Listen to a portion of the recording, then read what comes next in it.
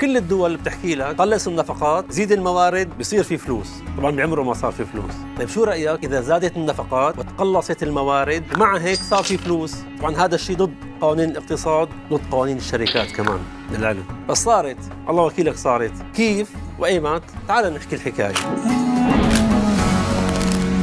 يقول المؤرخ: لما تولى عمر بن عبد العزيز الحكم وجد أن ولاة الأمصار كانوا يتقربون إلى الخلفاء بكثرة الخراج، أي كثرة الضرائب، وكانت الفلوس بتجي من العراق، من مصر، من اليمن وغيرها إلى دمشق للعاصمة، ثم تقسم من جديد حسب حاجة تلك الولايات إلى المال. وكان الولاة يبتكرون أنواعاً ما أنزل الله بها من سلطان في الضرائب، شيء تفنن، وذلك لملء خزينة الدولة. فهناك من بنى جسر فوق نهر، حط عليه حارس، من يريد أن يمر فوق هذا النهر فليدفع، هات أعطيني. ومنهم من بنى بيتا عند الحدود يأخذ الضريبة من الناس، أو المكس، ما يسمى بالمكس، عبارة عن بوابة حدودية فيها كلبة وقوة دفع وموظف. من يريد أن يمر من مصر إلى الشام، من الشام إلى العراق، من الحجاز إلى الشام وهكذا، فليدفع، هات لهون، وفي إيصال كمان. أما الحجاج يقول المؤرخ أنه كان يأخذ الجزية من غير المسلمين، ولما يسلم الإنسان يبقى يأخذ منه الجزية. طب أنا أسلمت، ليش عم تأخذ مني الجزية؟ كان يرد عليه: أنا شو بعرفني إنه حضرة جنابك أسلمت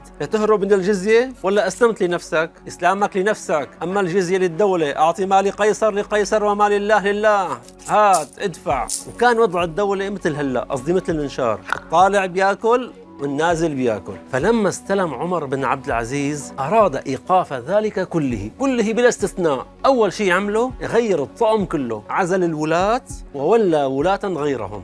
وثاني شيء أوقف كل هي الضرائب وألغاها. يقول المؤرخ ابن الجوزي في كتاب سيرة ومناقب عمر بن عبد العزيز: لما ولي عمر وضع المكس عن كل الأرض ووضع الجزية عن كل مسلم، وكتب إلى عدي بن أرطاط أن ضع الجزية والمكس عن الناس، ولعمري ما هو بالمكس ولكنه البخس. وكتب إلى عامله في فلسطين اللي كان عنده البوابة الحدودية ما بين مصر والشام أن يركب إلى بيت المكس فاهدمه ثم احمله إلى البحر فانسفه في اليم نسفا، يعني افنيه فناء. ويقول ابن كثير في البداية والنهاية: كتب عمر إلى حيان عامله على مصر بإيقاف الجزية عمن أسلم. هذا مسلم، ليش عم تأخذ منه الجزية؟ رد عليه حيان: أما بعد يا أمير المؤمنين، فإنه إن دام هذا الأمر توقفنا عن أخذ الجزية من أهل الذمة أسلمت الذمة. فأرسل إليه رسولا وقال له: بتضربه حتى يعرف أن الله حق. فقال له كما يقول المؤرخ: اضرب حيان على رأسه 30 صوتا أدبا على قوله، وقل له: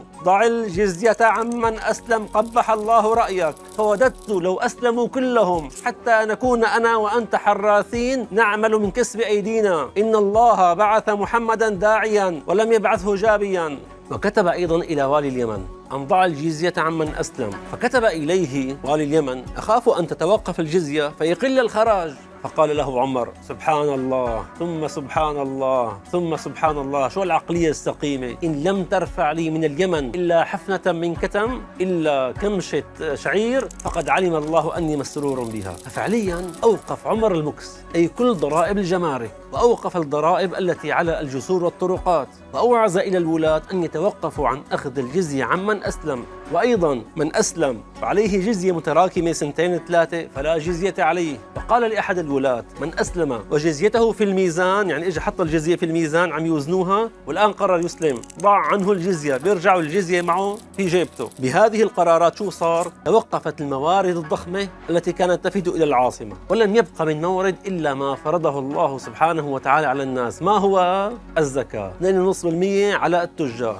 مقابل ذلك أمر عمر بن عبد العزيز أن تفرغ خزائن بيت المال في الفقراء، فبدأ الإنفاق على الفقراء والمساكين أصحاب الحاجات، حتى أن عمر أفرغ بيت المال عن آخره وكنسه وصلى فيه، يعني فضاه، ما صفي ببيت المال ولا حبة. فهل افتقرت الدولة؟ هل أعلنت إفلاسها؟ هل أمروا بالتقشف وشد الأحزمة وحالة الطوارئ؟ لاحظ معي، الإيرادات توقفت، النفقات زادت، بقي مورد واحد، ما هو الزكاة. فما الذي حصل بعد ما فضي بيت المال؟ الذي حصل أنه فاض بيت المال وامتلأت خزائن بيت المال من جديد الذهب والفضة والأموال والثروات والبضائع. وبدأ عمر ينفق حتى فرغ بيت المال كله، ثم كنسه وصلى فيه ركعتين. وأيضا أمر عمر أن يتوقف الولاة عن إرسال الخراج إلى دمشق من باقي الولايات، فأصبحت زكاة كل ولاية تنفق في مصالحها وشؤونها فقرائها. وأيضا أمر أن يتوقف أخذ الجزية من غير المسلمين، فكانت ترد الجزية في فقراء النصارى، ما عدنا بحاجتها، ردوها في فقرائكم.